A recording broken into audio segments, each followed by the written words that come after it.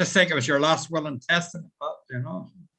Well, I'll stick to the articles at the moment. If I can think of something major to do in a book, I'll do it in a book. But very good, very good. Yeah. I mean, it's 552 pages, Thomas. So I've read every word. Read every word. it took me about 10 years to write. I'm sure it did, but I'm so glad you did it. You know. excellent, yeah. You'd be terrible if I left things unsaid. Well, that's what I thought. Yes, yes. Before I popped my clogs there. I always think poor Peter Woodman, my collaborator, was a lot. I'm so glad he got his last book out just in time. Absolutely, yes. Shock of his death, you know. Yeah. But it was great he made that sort of testament, you know. Absolutely, yes. That's the thing. There's so many who don't, you know. This is Scholars that suddenly disappear, you know. I kept telling people when I was teaching and they were bullying me for producing another book, you know, for promotion or whatever, that I really would only have time when I retired. So I'm glad that I made good my word. Oh, well, great, great. Yeah, you can sleep well at night now. Sir. Exactly. Yes, yes. Got it off my chest. Very few of we archaeologists can do that. Is that right, Rory? That's true. I'll have to keep working for a living. Haunted by unpublished reports. It's our burden, Thomas. Yes, it's part of the archaeological condition. Yeah. Well, we keep trying to get things out. Oh, you do very well. You do extremely well. So.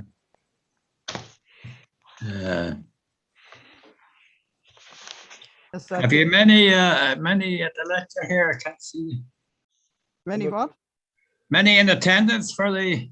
No, I can't see that. I see about 40 at the moment. So that's terrific. That's terrific. 40 is good, yeah. We'll maybe give it another couple of minutes, Catherine, and maybe and yeah, I'll kick off about 25 too. I'll give you a very short introduction, okay. and then I'll hand over to you. Fine, grand, yeah. Okay. So, I always find it's very interesting to see what's behind various participants, you know. So. You're in your library, Rory, are you? I am, yes. One of the rooms that has books in it. There's another one downstairs. So it used to be my son's bedroom. He got the big room that had all the books in it, and the books then went down to got split into 2 rooms. So yes. Yeah, nothing like the printed word. I hope the HED lecture library comes into place then again. Where is it? Is it in the club? It's all stored away again. They needed the space for sort of COVID health workers. It's just tremendous. Probably one of the best archaeological libraries in Ireland, you know. All Anne Hamlin's books went there, etc. But it was packed away for a few years before, and then they did a lovely job at cataloguing it and representing it down in Thing House. But then it's gone again. But hopefully it'll come out again. Probably somebody listening knows a lot more than I do. So. Yeah.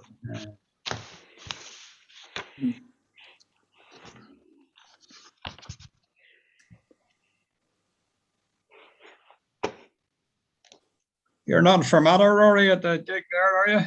No, at the minute I'm doing a bit of teaching at the minute. Okay. Are you doing your Transhumance course too? Well, actually, the last few years I've been doing open learning, which is the evening classes at Queen's. So yes, I'm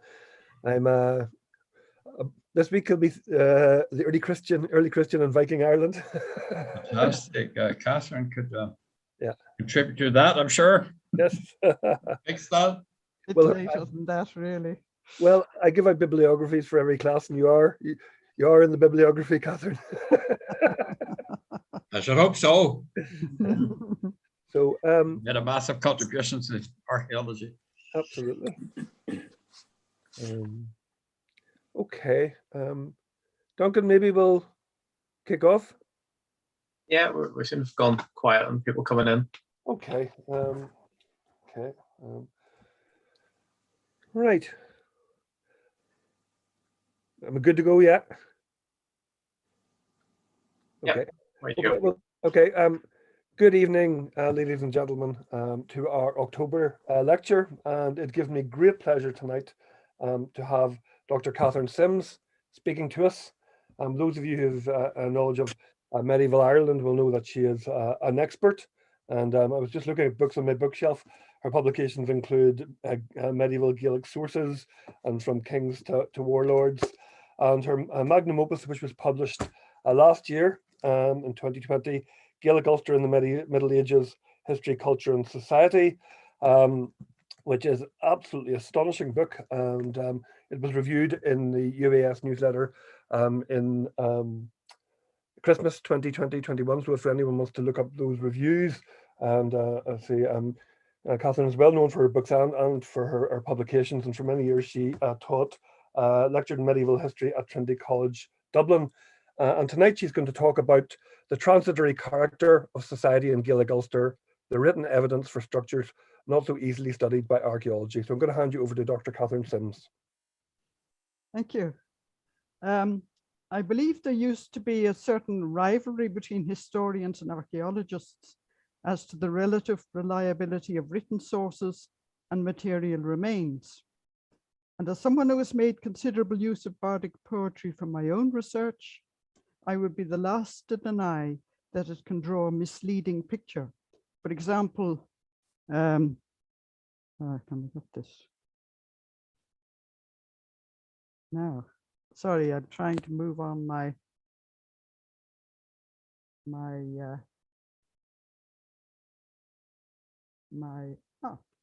we go. For example, the famous poem addressed to Art McMurrough Kavanagh, Oma Uishle Ieth Lagan, by Owen on Torhor McGrath, tells us bright gold is on their chessboard, wrought gold on their helmets, gold work on the shining bridles of the steeds of Leinster's green-lanced host. Leinstermen of the gold is no false name for them at banquet. At carouse, no hero quaffs drink but from gold. Even in the 14th century, this exaggeration drew mockery from his fellow poets, and Owen acquired the nickname An Torhor, the gilder, one who covers mundane objects of wood or pewter with a thin gold coating. However, there are other more prosaic documentary sources, and a number of these refer to structures extant in medieval Ulster or Ireland in general, which present a challenge to the archaeologist hoping to locate them. One such class are the temporary feasting halls.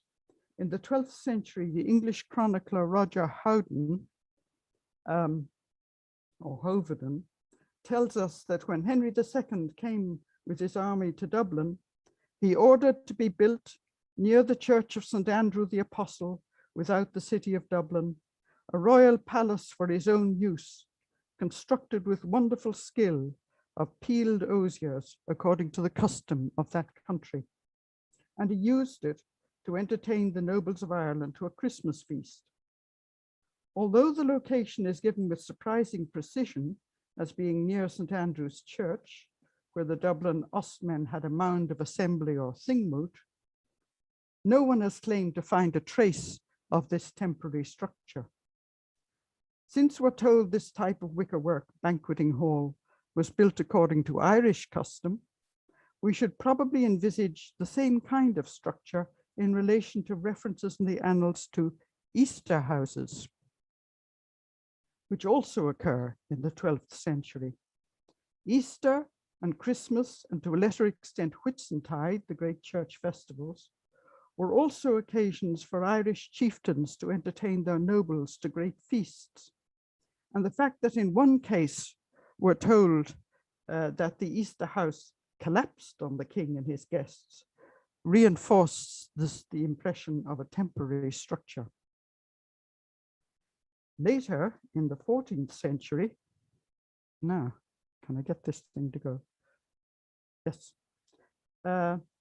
In the context of the Gaelic cultural revival, Níl Óg O'Neill built a temporary feasting hall inside the Iron Age hill fort of Avonmacha on Navan Ring beside Armagh, and held a banquet there for the poets of Ireland, We actually have two very fine poems addressed to Níl Óg, one by the already mentioned Owen the Gilder McGrath from Munster, and one by Teigo Gohiggin from Sligo.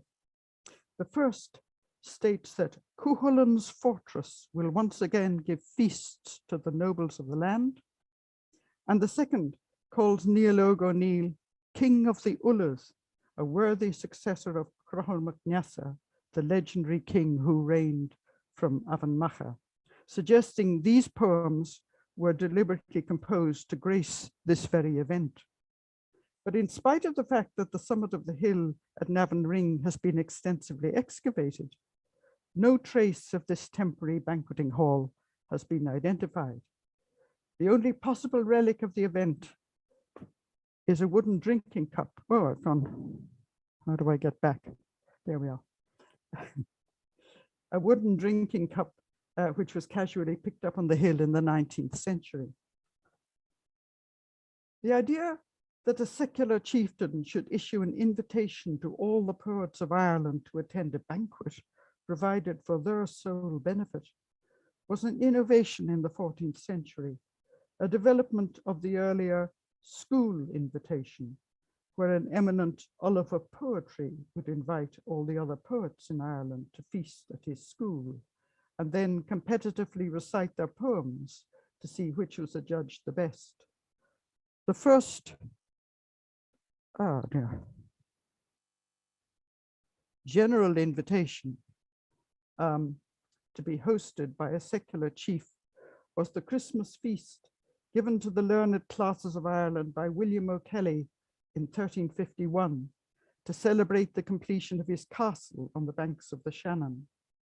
The event was widely recorded in the annals and celebrated in a poem by the famous Munster bard Geoffrey Fionn O'Donnell, and it is in his poem that we have a description of the accommodation arrangements, rows of temporary huts segregated according to the rank of the entertainers, erected beside the new castle. The poets of the Irish land are approaching. An avenue of peaked hostels is in readiness for them.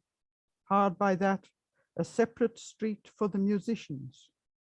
Where is the street of the chroniclers? Another spacious avenue of white houses for the bardic companies and the jugglers. O'Donnell compares the site to a page headed by an illuminated capital, the castle itself, followed by lines of ordinary printed letters, and these are the rows and rows of huts.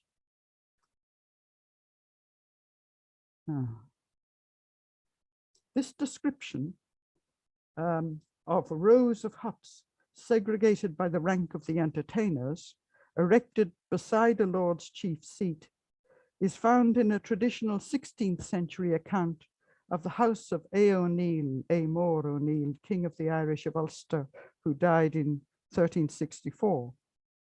According to the Laur Óenach, had his mansion and permanent settlement in Creaght, and there were 60 sturdy houses with doors in that settlement beside the Lord's chief mansion.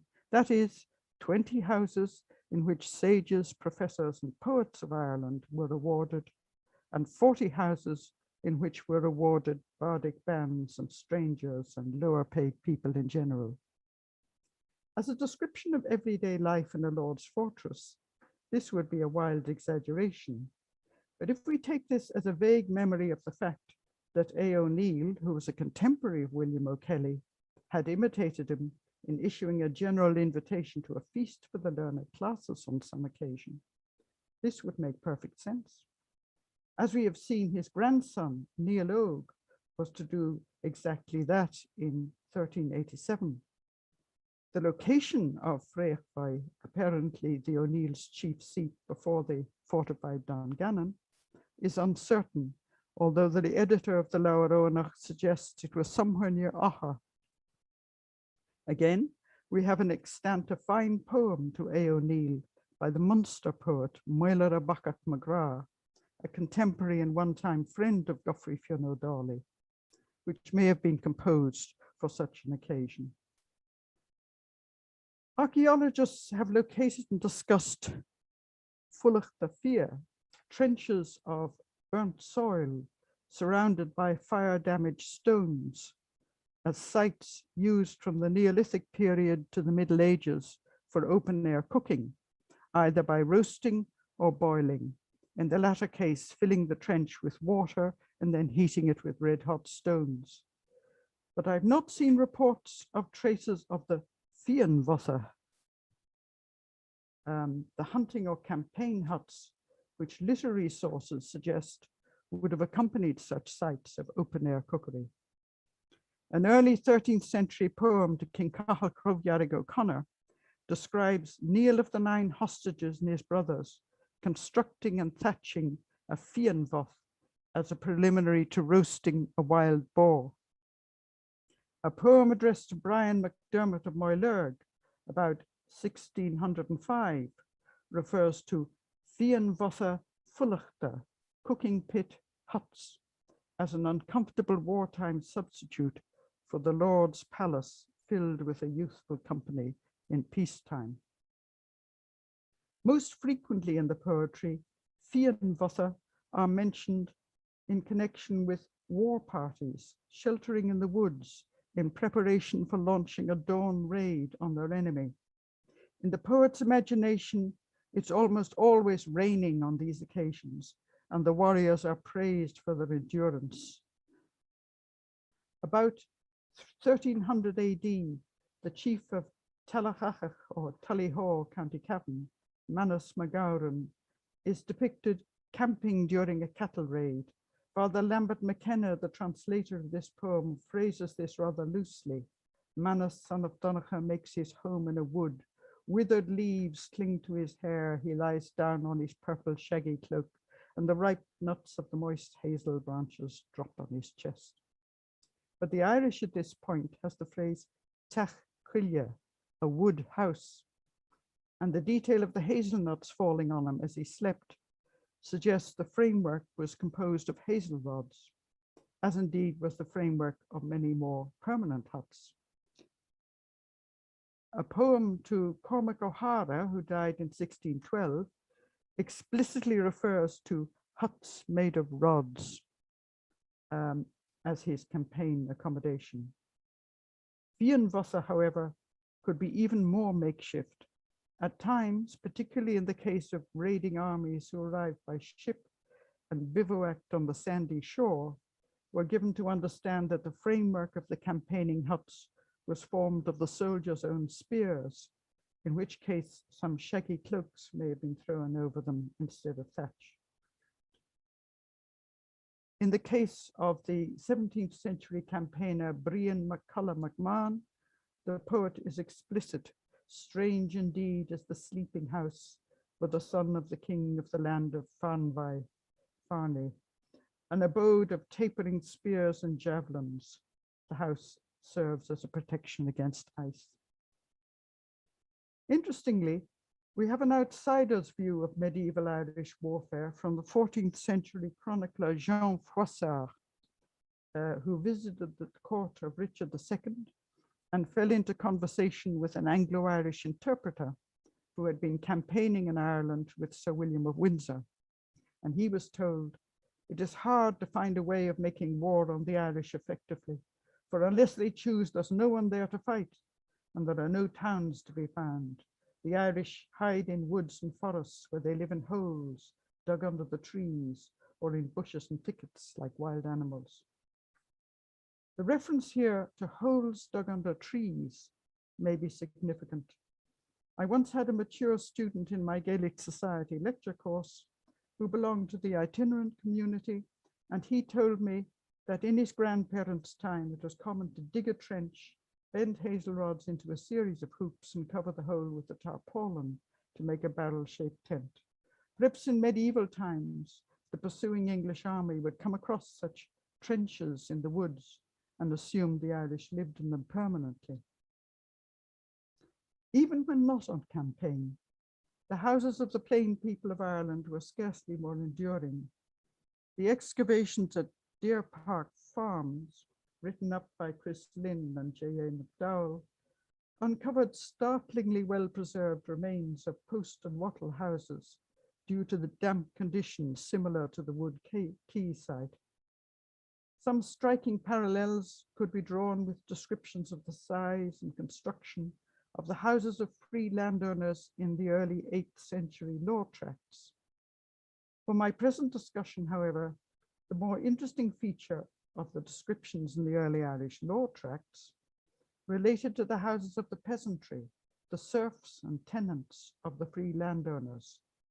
The ordinary tenants were described as either bothy, hut dwellers, or cottagers, or fwithri, a word of uncertain etymology, which seems to mean much the same thing, that is, tenants at will.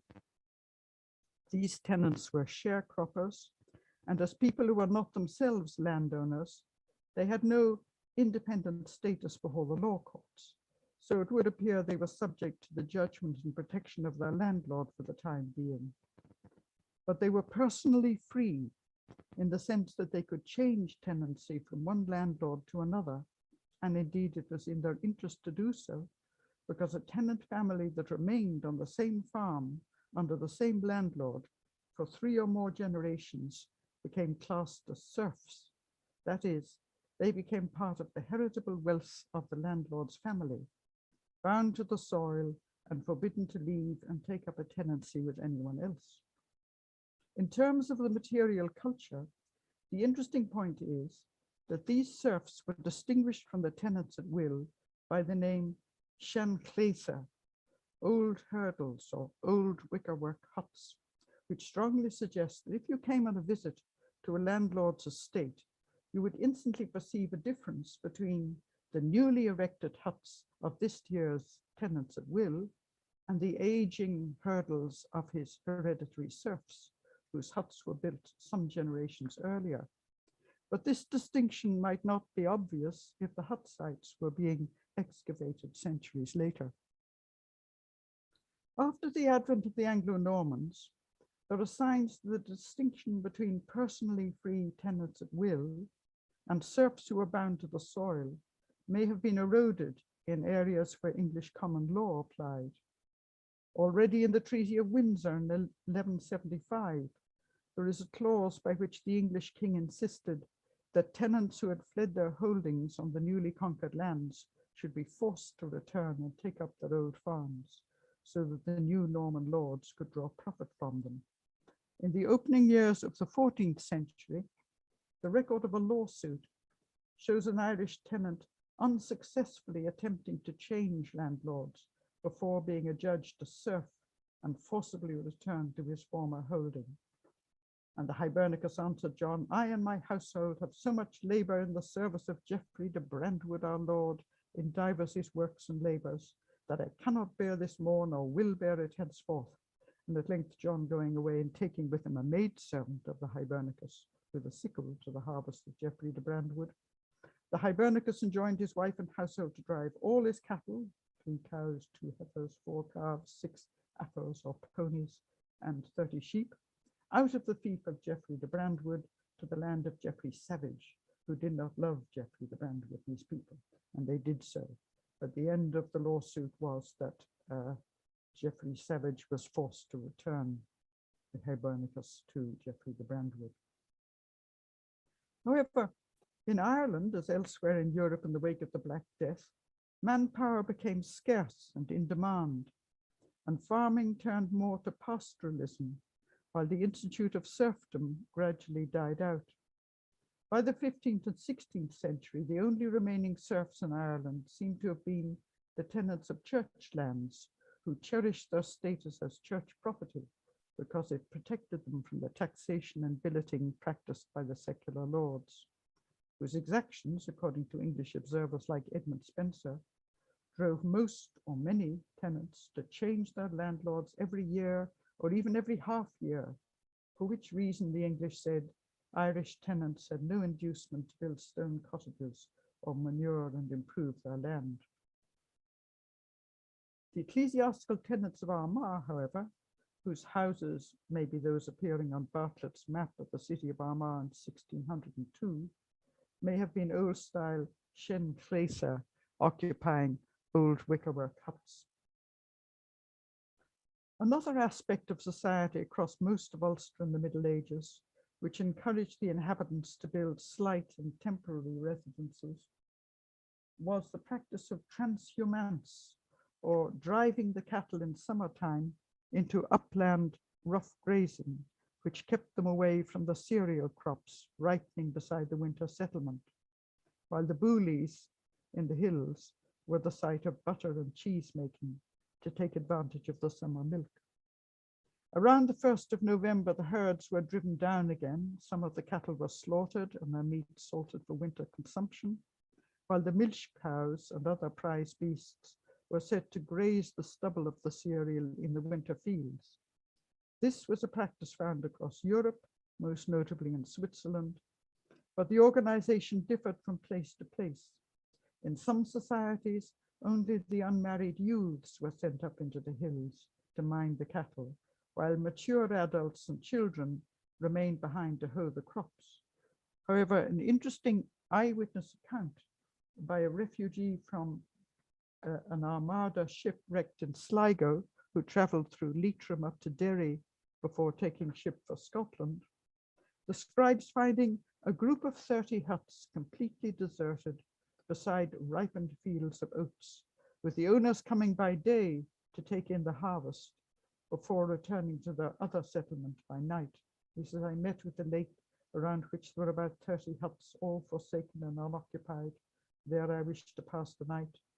And when in God's good time day broke, there came to the door a savage, and he began to look at his oats and talk to himself. It was the will of God that he went out and left with many others who'd come along with him to reap and work close to the huts. Thus passed the whole day, and then when night came on, the traitors departed to shelter themselves at their villages. This suggests that the whole population of a village might transfer to the upland shieling or booley settlements with their cows during the summer months, and place name evidence has found that in parts of Fermanagh and Leitrim, a townland name in the lowlands can be found replicated in the uplands, suggesting the location of the corresponding booley or upland village was clearly defined in those cases.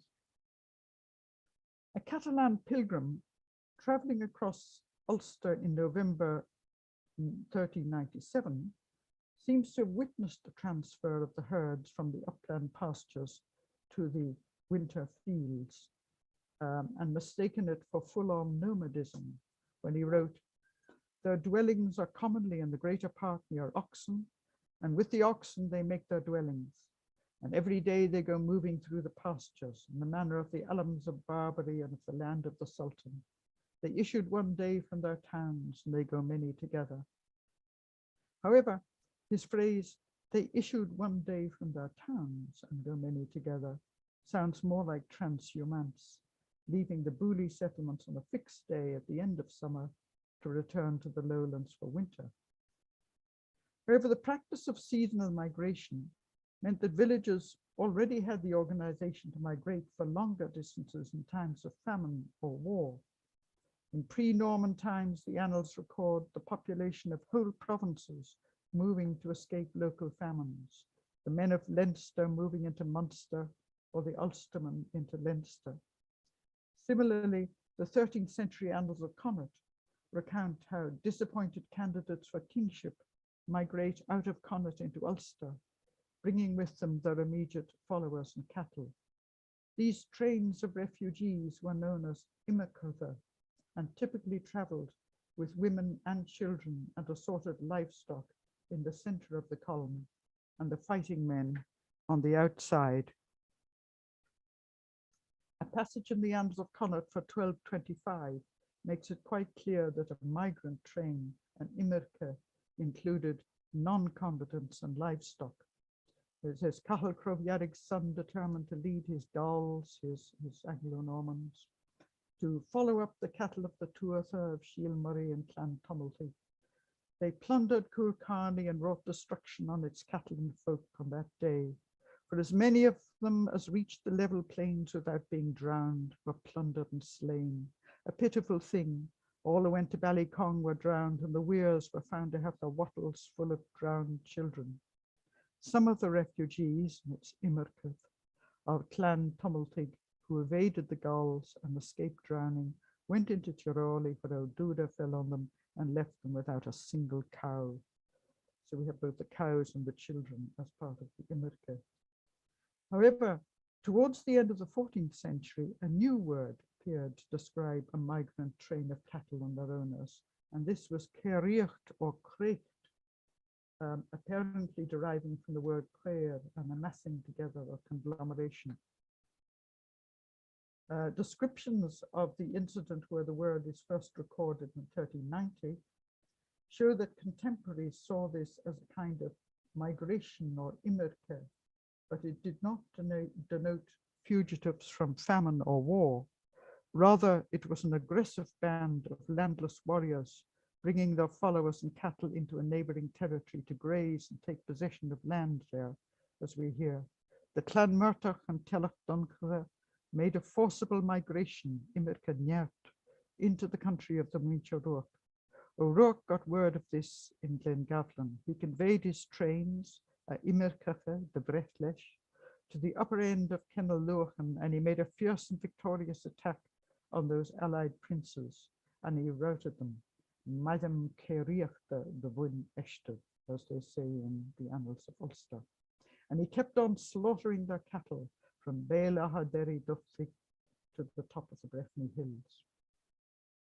Although this is the first time the word Creaght appears at all in the records in 1390, it came very frequently thereafter in the annals, the church records, and the rolls of the Anglo-Irish Parliament in the following years. It's almost exclusively associated with the northern half of Ireland from Louth to Mayo, but is found in connection with both Gaelic and Anglo-Irish leaders.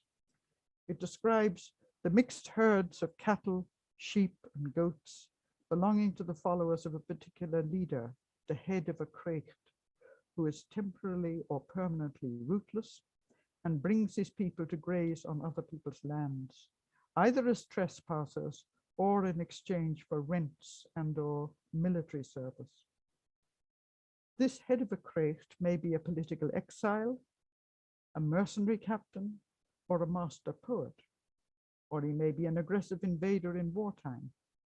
In the case of a master poet or an individual mercenary captain, there's reason to think that these persons, because of their peripatetic employment, had brought their followers and herds with them to graze the lands of one employer after another from a much earlier period, at least the 12th century or even the 9th. When we hear of an attack made on the poet Flann MacLonan as he travelled out of Munster, driving the cattle that he'd received from various patrons in reward for his art. Such trains of followers and cattle would then have been called imirke, or migrants, like the trains of refugees from famine or war. Although the new term creaght or creaght, as in the annal extracts for 1390, could be treated as synonymous with imirke, its appearance and rapid spread reflected new social conditions, a rise in pastoralism in the wake of the Black Death, and increased warlike activity associated with the Gaelic resurgence, which seems to have resulted in a dearth of peasant cultivators, driving the landlords to contract out their grazing to landless heads of creaghts, who repaid them either with military service or grazing rents, or both. In the 15th century, the church authorities in Armagh were complaining that O'Neill's followers were driving away church tenants from South Armagh by forcibly introducing their creaghts to graze and destroy the tenants' crops. And in the next generation, it seems the O'Neills and their followers had settled the area, forming the Lordship of O'Neill of the Fews and paying a small rent to the primate for the use of his lands.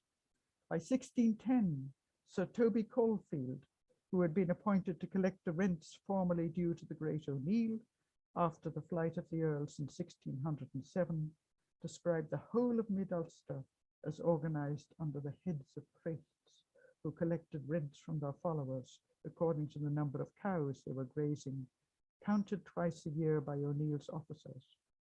And the heads of the creaghts retained a quarter of the total rent as their own income, to repay them for enforcing the collection. The fact that the cows were counted on the 1st of May and the 1st of November by O'Neill's officers would imply that they were counted as the herds were driven from the winter fields to the summer rough grazing and back again 6 months later. In other words, that we are still dealing in normal times with a pattern of transhumance rather than pure nomadism. But the underlying social organization meant that a switch to complete nomadism in wartime was very easily made, and there was a lot of documentation of this during the 9 Years' War. In 1855, J.P. Prendergast published an article in what later became known as the Journal for the Royal Society of Antiquaries of Ireland, called The Ulster Creaghts. He was using eyewitness accounts of the Creaghts in the 17th century, and particularly during the 1641 Rising and the Cromwellian regime, to argue for an immemorial system of nomadism across the whole province of Ulster, whereas the church records in the early 15th century of cultivators being ousted by Creaghts would support the idea of social innovation in the later period. However, Prendergast collected invaluable documentation from the last period of the Ulster Creaghts, including quotations indicating that the term was being transferred from the unit of people and herds to the transitory dwellings they constructed for themselves by a confusion with the English word crate for a box or container. It was reported in the Cromwellian period that great numbers of the transplanted Irish and other Irish that have formerly lived in Athlone and its neighborhood had built houses, cabins, and crates to inhabit on each side of Athlone. And Story, the chronicler of the Williamite Wars, made the same equation when describing the wild Irish near Newry. Some call them creaghts from the little huts they live in, which they build so conveniently with hurdles and long turf that they can remove them in summer towards the mountains and bring them down to the valleys in winter. This reference to huts that were not only flimsy and easily abandoned, but possible to pack up and move, might also be relevant to the term Longfort. This originally referred to a Viking ship harbour, and in archaeological terms has been used to denote a D-shaped enclosure erected on a riverbank to provide a fortified landing place from which raids can be launched into the surrounding countryside, perhaps developing over time into a trading station. However, as Michael Gibbons warned in an article in History Ireland in 2004, the Irish very quickly extended the term to mean a military base or headquarters of a campaigning army without any necessary connection to ships or coastal location. By the 14th century, this word could mean two very different things, depending entirely on context. It could mean an Irish king's permanent chief residence.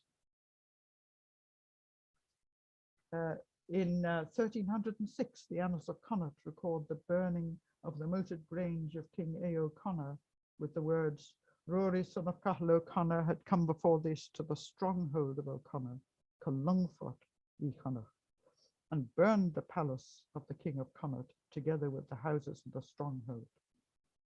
This implies that at this well-excavated site at Cloonfree, County Roscommon, the central timber building was identified as the palace, while the surrounding square enclosure and ancillary huts or stables it contained was understood as the Longfort.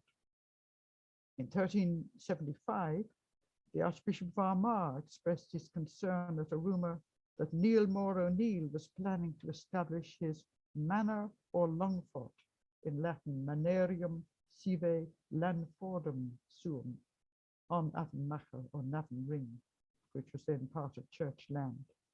Similarly, the modern town of Longfort derives its name from its role as a chief seat or Longfort of the O'Farrells, its importance marked in the 15th century by the foundation of a Dominican priory of St. Bridget there, and the establishment of a regular market, which was drawing trade away from the markets of Trim and Mullingar.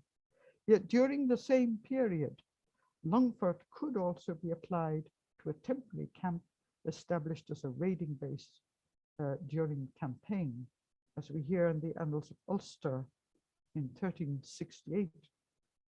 Great hosting was made by Neil O'Neill to Oriella for a leaguer on Brian MacMahon, and a fortified position, or Longfort, was taken up in the midst of the territory of O'Neill, and large donatives were proffered to Brian MacMahon, from Brian MacMahon to O'Neill. O'Neill indeed consented to that, but a compact was made by the son of Murrogh MacMahon, namely Neil, and by Alexander MacDonald, and they went without leave from O'Neill to attack MacMahon, and a camp attack, Amos Longfort, was delivered by them on him. In the early 13th century, most references to Longfort in the Annals of Connaught are clearly to these temporary sites. See, they encamped for a night, they halted and encamped for a night, and so on. But by the 15th century, the same annals distinguish fairly consistently between Longfort, a permanent stronghold, and post-Longfort. Post-Longfort, a temporary camp. The last topic I wanted to touch on was the Éannig, the periodic assemblies of the inhabitants of a single tuath or a larger lordship, presided over by the local king. In 16th century sources, such as the covenant between McGagan and the Fox, or the adventure of O'Donnell's Cairn, the Éannig or Oireachtas is sometimes described as being held on the green outside the Lord's castle. But there are also references in English sources to parles or parleys being held on hills or in a rath. And this could be seen as one of the more accessible institutions for archaeological investigation, since the identity of these hills of assembly are often known in local folklore, and the sites have been discussed by Maura McNeill in her book, The Festival of Lunasa, and in many books and articles by Professor Elizabeth Fitzpatrick in the course of her research into inauguration sites. However, it was Liz Fitzpatrick who drew my attention to a possible aspect of inaugurations or ceremonial assemblies on hills, which it may be impossible to retrieve, when she cited a 19th century description of the Thingmote on the Isle of Man, where by traditional custom, the ceremonial mound was carpeted with bright colored cloths, and she queried whether this custom might have also been practiced in Ireland. There is no direct evidence on the subject, but in the mid-14th century, the Munster poet Geoffrey Fionn O'Dowley compared the contrast between the pleasures of this world and the glory of heaven with the contrast between life in a dark cave and the pleasant aspect or eveness of an assembly hill on a fair day. In the mid-17th century, a Scottish address to the Marquess of Argyll spoke of every Éannig he attended being thronged with 1,000 satin tents. And while this is too late and too far removed for direct evidence of practice in Ireland, it does raise the question of the use of booths and tents at these gatherings, both for commercial and sheltering purposes.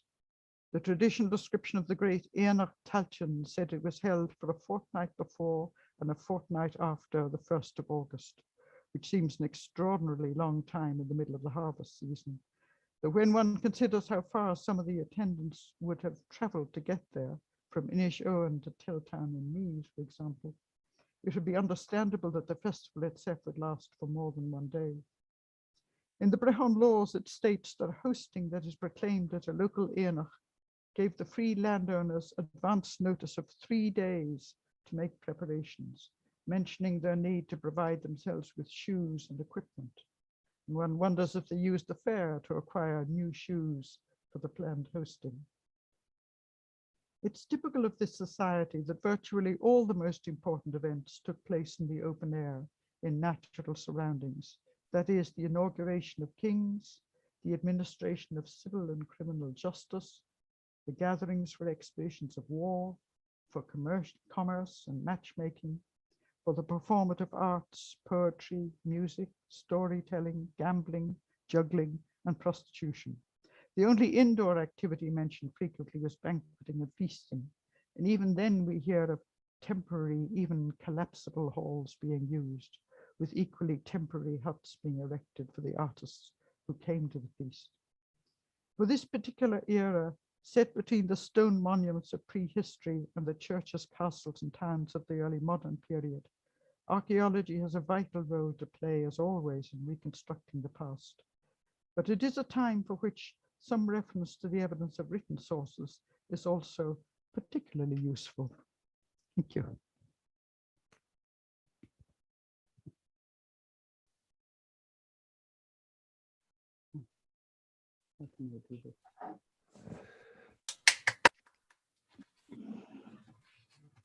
Thank you, Katharine. Hello. Hello, sorry, can you hear me? Yes, Katharine, that was fabulous. Thank you very much. Really interesting and very, very concisely presented. So thank you for that. Were you aware?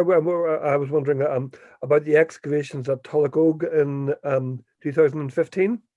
Yes, I was at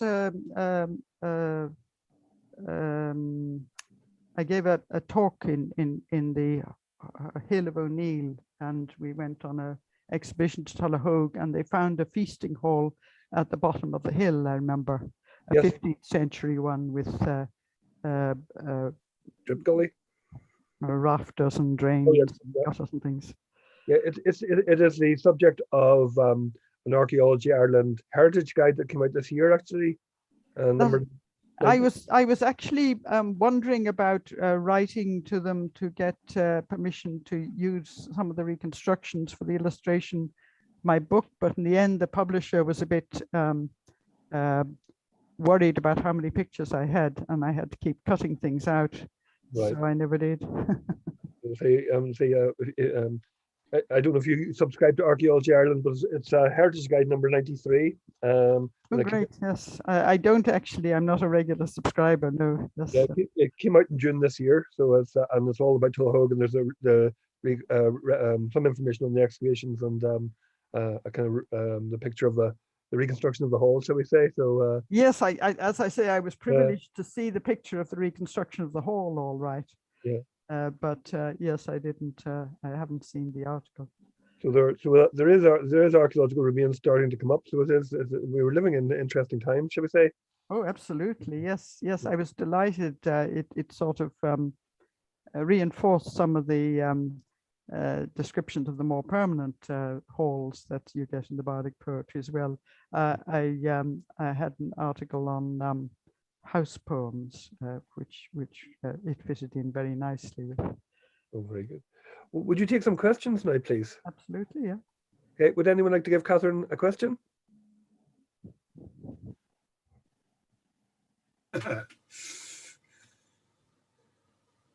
You really ought to prime people. Yes. Have you a question there, Ken? No. Oh, me?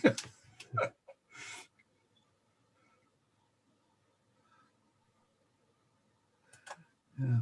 Is there a chat facility there? I'm quite amazed, so I don't think no. I would need time to think of a question, you know. Yeah.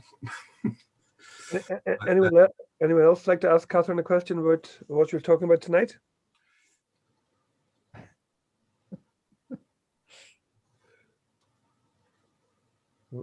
Hello, can you hear me? It's Roisin. Hi, Roisin. Yes, we can hear you. Yes. Yeah. Is there any evidence from wills of people leaving property to anybody at any of that period? I'm afraid for Gaelic Ireland, it's very short wills. There's a couple of wills in the Book of Armagh, but not after that. Then there's 16th century stuff that Kenneth Nichols has published, for instance, the O'Dunn papers, the Inchiquin papers. Mm-hmm. There would be wills there, but they would be operating under English common law. Yeah. So would it have been Brehon law that then would have applied? So wills weren't needed in that it was a settled procedure for who inherited what, do you think? The lands were divided up more often than just when somebody died. They also were divided up again inside the family when somebody who had been a minor heir came of age and so on. So there was a head of the family, a Ceann Finne, who would divide things up. The theory was that they got the oldest member of the family to make the division, and the youngest member to say who got it.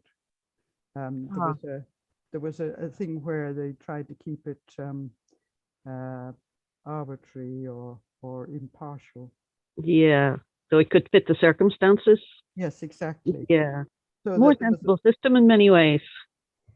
well, I don't know. I think it led, according to what's his name, Pierce, Sir Henry Pierce in Westmeath's description of Westmeath. He talks about the lower classes anyway fighting like cats and dogs over it. He said they had to get the different pieces of land that they were going to plow. They put different objects into a hat, like a leaf and a twig and a stone and so on, to represent different portions of the land. And then they got a child to pull them out blindfold and give them to the various farmers one by one, so that it was complete chance, like the nurses, you know, drawing the national sweep.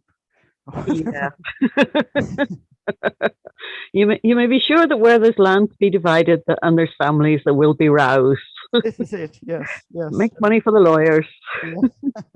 Well, of course, they had a wonderful load of lawyers there too.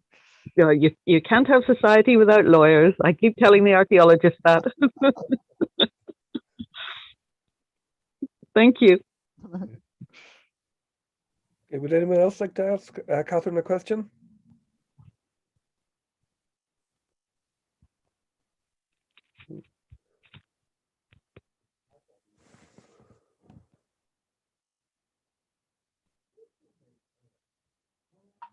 Oh, very shy. I was on the excavation up on the hill at Navan.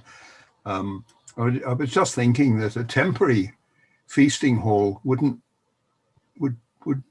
more than likely, you know, if it's that temporary, it would be unlikely to leave much in the way of traces that you could find later on.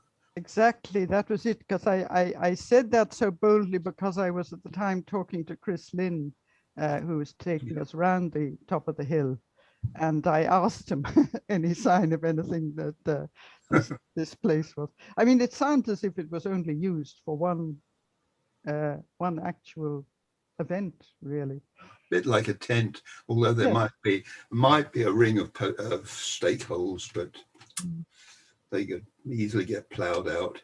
It doesn't seem that they were stuck in very deeply, if in the case of the 12th century, when Just they enough to would fall on top of their heads. Just deep enough to hold them from falling over. Yeah. Oh, well, that's, yeah. Do you know Katharine, do you know anything more about the context in which the wooden meter was found on I think it said a boy, like a shepherd boy or somebody walking across the hill, just stumbled on it and brought it in. That's just memory from seeing the notice in it's not only in the Armagh County Museum, it was, I think, and I'm sure it's in the Interpretive Centre now. And but there was an article about it in, I suppose, the Antiquaries or something like that. I'm trying to recall, there was an archaeologist who, I remember being at a lecture maybe 10 years ago, there was an archaeologist working on these meters, and they've many handles, and it appears to be these communal cups that they passed around or something. Is that right? Yes, because I'm writing this for the Guild of Restaurateurs of Dublin and whatever. They didn't have any tables at these feasts, so apparently they said they brought the meat in on spits, and then they would have passed the cups round.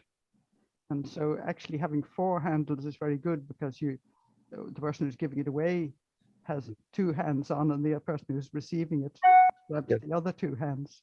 Yeah. Handles. And I mean, I'm thinking that they showed images of maybe 4 or 5 of these. They're very rare artifacts, vessels, I think. Well, there's bog butter ones which are bigger. Yeah. Well, yeah, and what's his name?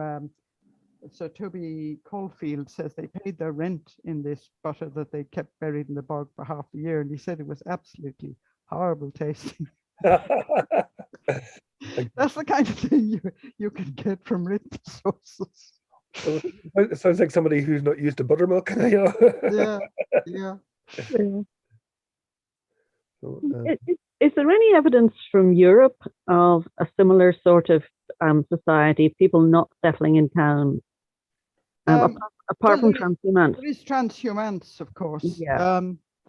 And then, of course, there's gypsies in the later Middle Ages, sort of completely nomadic. But in Ireland, they were really only completely rootless, either from profession, if they were poets or mercenaries, or in times of war as refugees, or in times of famine. Yeah. Refugees. Otherwise, it was transhumance, I think. I would think there's still transhumance going on in the alpine areas. Oh yes. Among real mountains. Yeah. I came across a rather strange. It was an article about Swiss transhumance where somebody was trying to argue that it was an invention of the 15th century when they had increased beef production and they needed more, but it seemed complete rubbish, you know. And I think the person I was reading was you know, picking this argument to bits. It was just somebody who perhaps sat in the university far away from actual farming experience and thought that transhumance was a novel invention. Sounded such nonsense. We've had a kind of question saying that a lot of the references that you described, you don't often see them in mainstream historical books. So is it basically going through the Gaelic, the Irish documents and basically looking for stuff, or? Well, the poems, obviously, I get from the time I was cataloguing poems and so on. Yep. But the other ones, descriptions of foreign observers, things like the refugee from the Spanish Armada is in God's obvious design, the Armada conference in Sligo, and the other one about the O'Neill feasts with the Sfrassa, which is very well known, and then the pilgrim to Loch Derg, the pilgrimage to Loch Derg, edited by Yolande de Pontfarcy and one of them was Jean-Michel Picard, but I think there was somebody else. Oh yes, Michael Harden. Yeah, I think was involved. He was published in Fermanagh. I mean, I think sometimes people, the various annals, people aren't aware, or not enough people are aware that you can actually access them online from the Celt site now. I remember, yes. 30 years ago, when they republished the Annals of the Four Masters, the Berkeley Rare books in the Black Rock or whatever. I remember buying the hard, the actual republished volumes, but you know, not all libraries have the Annals of the Four Masters, but the fact that people can now access them and all the other annals and all the various other myths and documents for free. I tell you, the problem with the ones online, of course, is that they don't have the indexes. No. And this is particularly valuable in the case of the Annals of Inishfallen and the Annals of Ulster. Both of them have subject indexes as well as place and personal names. And the thing was, when I first did my thesis, I decided what words would be interesting. And then I just went through the annals page by page, taking out those words. Right. So that led me to, you know, parallel passages and so on. And these words like imirke and creaght and so on came up. And if you look at them in all the annals and every time they occur, then you get more information about them. Yeah. I don't know. presumably some of these online things would have searchable facilities, Yes, but they do. again, the words like America, they're probably not always spelt the same. Yeah, actually, America isn't too bad. Yeah, well, it isn't, of course, because sometimes it's spelled Immairghe, and sometimes it's spelled Imirce. So you So, have to search you both. do a search ways. for both. Yeah. Anyone else for any comments or questions for Katharine?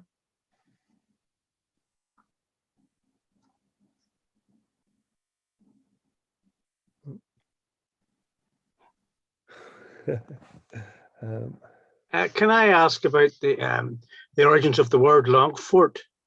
Oh yes. You said it actually became the Irish just appropriate the word. Yes, because it was originally ship harbor. It would still be an Irish word, all right. Long being a vessel, even sometimes a vessel in the sense of a cup or a basin or something, but it also means a vessel in the sense of a ship, and then port, harbor, place. Okay. I think we're in danger if we see the word Longfort, we automatically think of Vikings, you know. Yeah, it's very much associated with them, isn't it? Yeah. Well, that's where it came from, and then oh, how interesting! See, there's chat here. Yeah. Bullying may have had advantages in preventing flies from transmitting mastitis in dairy cows. My father always moved the in-calf heifers from the fields near Derry to rented fields in Lisdillen. Yeah. Thanks, Mark. Yeah. Well, I could well imagine, yes, if you take them up in the hills, the air may be clearer and fewer flies, fewer of the big house flies anyway. So part of a continuing tradition, I suppose. Yeah. Absolutely, yes, yes. Yeah. So, okay. Are you happy, Katharine, for this recording just to go up in the Ulster? Yeah, no problem at all. Yes, yes. So that's very kind of you, so that people can get a chance to look at it or rewatch it. So I think it's important stuff. And we're if Does the recording doesn't include the PowerPoint? Duncan? The PowerPoint will be on it, yes. Oh, it will. Well, then, because some of the things were written sources with sort of some indication of where they came from and so on, which could be handy, I suppose. Yeah, that'll all be available. Well, thank you for allowing us to kind of put that up, because sometimes people aren't able to tune in, and so it is a great facility for people to in the next few weeks or whatever, when they get a chance. Well, I'm very glad to do that too, to look in on other people's recorded Zoom sessions. I mean, in the old days, if you missed a lecture, you missed a lecture. That was it. Exactly. Yes. Yes. And now there's this added advantage. Yes. It's one of the few advantages of the times we're living in. Yeah. Okay. Say no other questions then for Katharine. Well, then, on behalf of the Ulster Archaeological Society, Katharine, I'd like to thank you for a great lecture, and I say we really appreciate you taking the time. And I say I can't sort of tell you how good this book is. You should all go out and read it and buy it, and say it has been reviewed in our newsletter. So I can't praise it enough. So hopefully you'll get some new readers to that, Katharine. Thank you once again for joining us. Publishers will love you, yeah. And hopefully we'll see you again in the not too distant future. Okay. Okay. Good night. Good night. Good night. Now, how do I get out of here? Oh yes, there we go. Bye. Bye.